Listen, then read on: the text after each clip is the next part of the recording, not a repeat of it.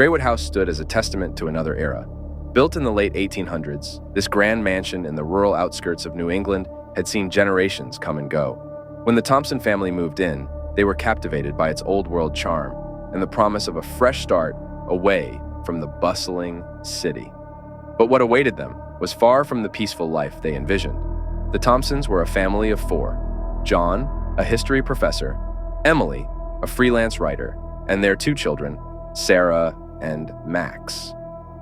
The house's previous owner, an elderly woman named Mrs. Harris, had passed away under mysterious circumstances. Despite the ominous history, the Thompsons were undeterred, eager to restore Greywood House to its former glory. From the very first night, strange things began to happen. Emily was the first to notice. As she unpacked boxes in the dimly lit study, she felt a sudden drop in temperature. The air grew heavy, and she had the unsettling feeling of being watched. Brushing it off as nerves, she continued her work, but the feeling lingered. A few days later, the children started experiencing odd occurrences. Sarah, the eldest, reported hearing whispers coming from the attic, a place she had never ventured into. Max, the youngest, claimed to see shadowy figures moving outside his bedroom window at night. The parents were initially skeptical, attributing the stories to their children's vivid imaginations. But soon, the activity escalated. Doors slammed shut on their own, and the sound of footsteps echoed through the halls when no one was around. Objects moved inexplicably, and cold spots appeared throughout the house. John, ever the skeptic, tried to rationalize the events, but even he couldn't ignore the growing sense of dread. One night, Emily decided to investigate the attic, the epicenter of the disturbances. Armed with a flashlight, she climbed the creaky stairs, her heart pounding with each step. The attic was cluttered with old furniture and dusty relics. As she moved the flashlight around, it landed on an old, ornate mirror, covered with a white sheet. Removing the sheet, Emily felt a chill run down her spine. The mirror was pristine, but its reflection seemed off, as if something was watching her from the other side.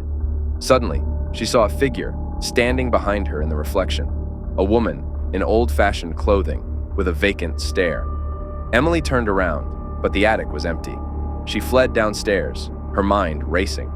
The family decided to research the history of Greywood House. They discovered that Mrs. Harris was not the only one to die under mysterious circumstances. Over the decades, several residents had met untimely ends, and many claimed to have experienced paranormal activity. The most disturbing revelation was about the mirror in the attic. It was believed to be a portal, a conduit for the spirits trapped in the house. Desperate for help, the Thompsons reached out to a local paranormal investigator. The investigator, Mr. Blake, arrived with his team and set up equipment throughout the house. They conducted an overnight investigation, capturing chilling evidence of the supernatural. EVPs, electronic voice phenomena, revealed whispered warnings, and thermal cameras detected unexplained cold spots. The most shocking moment came when they recorded footage in the attic. The mirror, seemingly ordinary, reflected a dark, shadowy figure that moved independently of anyone in the room. The figure appeared to be reaching out, as if trying to escape the confines of the glass. Mr. Blake concluded that Greywood House was indeed haunted, and the mirror was a focal point of the activity. He recommended removing the mirror and performing a cleansing ritual to help the trapped spirits move on. The Thompsons followed his advice, and the house gradually returned to normal. Though the paranormal activity ceased, the experience left the Thompsons deeply affected. They decided to move away from Greywood House, unable to shake the memories of their ordeal. The new owners, unaware of the house's dark history, reported no disturbances, suggesting that the spirits had finally found peace.